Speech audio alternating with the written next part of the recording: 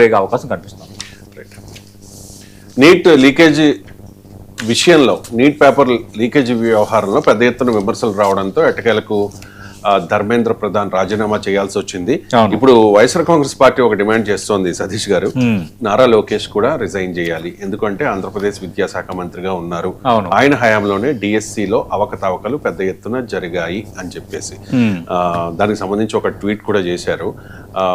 అంటే నీట్ లీకేజీని ఈ డిఎస్సి దాంతో లింకప్ చేయొచ్చా, లోకేష్ నిజంగా రాజీనామా చేయాలా, భారతీయ జనతా పార్టీని ఒకవైపు పొగుడుతూ టీడీపీని జగన్మోహన్ రెడ్డి టార్గెట్ చేసినట్టుగా ఇక్కడ మనకి అర్థమవుతోంది. ఏమంటారు?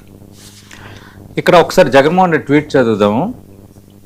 నీట్ ప్రశ్నాపత్రం లీకేజీకి నైతిక బాధ్యత వహిస్తూ కేంద్ర విద్యాశాఖ మంత్రి ధర్మేంద్ర ప్రధాన్ రాజీనామా చేశారు.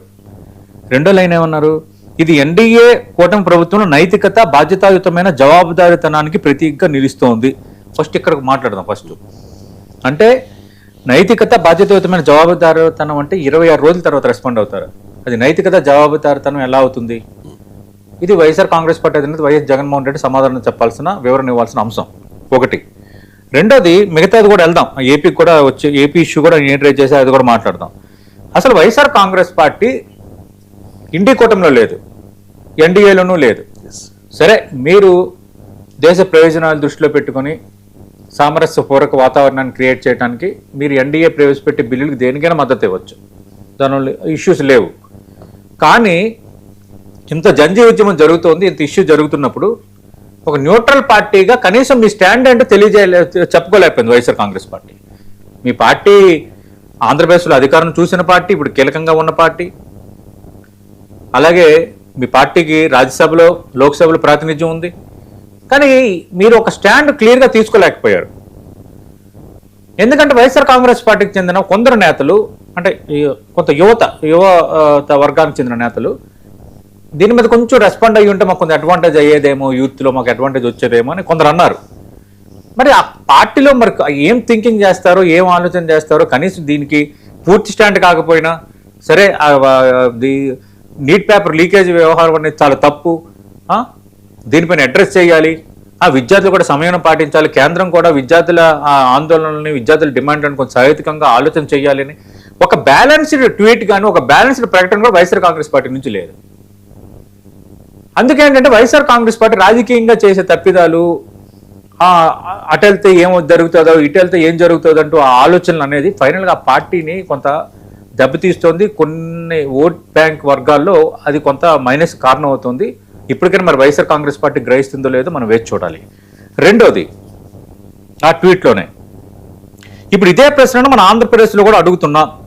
దాదాపు 3.5 లక్షల మంది టీచర్ అభ్యర్థులు భవిష్యత్తును ఫనంగా పెడుతూ డిఎస్సి పరీక్ష నిర్వహణలో జరిగిన అంతులేని అక్రమాలకు నైతిక బాధ్యత వహిస్తూ అదే ఎన్డీఏ కూటమి ప్రభుత్వం విద్యాశాఖ మంత్రి కూడా నారా లోకేష్ పదవికి రాజీనామా చేస్తారా, లేక ఎన్డీఏ ప్రభుత్వం గొప్పగా చెప్పుకునే ప్రమాణాలు, విలువలు, జవాబుదారీతనానికి పూర్తిగా పాత్ర వేస్తూ సీఎం తన కొడుకు పదవిని కాపాడుకుంటారు? మళ్ళీ ఇక్కడ కూడా అదే, ఎన్డీఏ ప్రభుత్వం గొప్పగా చెప్పుకునే ప్రమాణాలు, విలువలు, జవాబుదారీతనం అంటే ఎన్డీఏని ఎందుకు స్తుతించడం? ఇక్కడ నా ప్రశ్న ఏంటంటే ఎన్డీఏని ఎందుకు స్తుతించాలి? ఇక్కడ మీ డిమాండ్ ఏంటి? అక్కడ ధర్మేంద్ర ప్రధాన్ రాజీనామా చేసిన బాధ్యత వహించి ఇక్కడ మీరు రాజీనామా చేయండి. సరే, రాజకీయ పార్టీ మీరు అడగండి.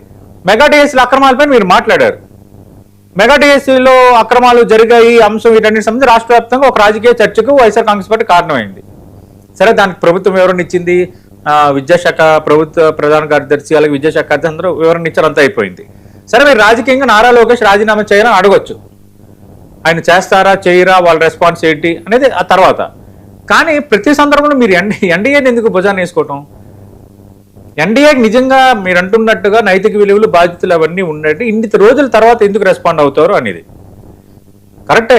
ఆ కాక్రోచ్ కానీ విద్యార్థులు చేసిన ఉద్యమంలో విదేశీ శక్తులు వచ్చాయి, కొంత మిస్ఇంటర్ప్ట్ చేసే ప్రయత్నం చేస్తారు, రకరకాలన్నీ జరిగాయి. కానీ లార్జర్ సెన్స్లో చూస్తే వాళ్ళు చేసిన డిమాండ్ సహేతుకమైందే కదా. ఆ డిమాండ్ అంత గట్టిగా చేస్తున్నప్పుడు మీరెందుకు స్పందించలేదు? ఇప్పుడు మీరు సడన్ గా వచ్చేసి అక్కడ ధర్మేంద్ర ప్రధాన్ రాజీనామా చేశారు కాబట్టి లోకేష్ ని రాజీనామా చేయమని అడుగుతున్నారు. సరే, రాజకీయంగా మీరు అడగొచ్చు అని అంటున్నాను. కానీ అదే సందర్భంలో ఎన్డీఏకి జవాబుదారీతనం ఉంది, ఎన్డీఏ నైతిక బాధ్యత వహించింది, ఆ ఎన్డీఏ విలువలు పాటించింది, ఇవన్నీ ఎందుకు అంత మనం అంత కొంత ఆందోళనకు గురై ఎందుకు మనం మాట్లాడాలి? ఈ విషయంలో మాత్రం కొంత వైఎస్ఆర్ కాంగ్రెస్ పార్టీ ఖచ్చితంగా ఆలోచన చేయాలి. చిన్న బ్రేక్ తీసుకుందామండి. చిన్న బ్రేక్ తీసుకుందాం. బ్రేక్ తర్వాత ఈ షో కంటిన్యూ అవుతుంది. ముఖ్యంగా సిజేపీ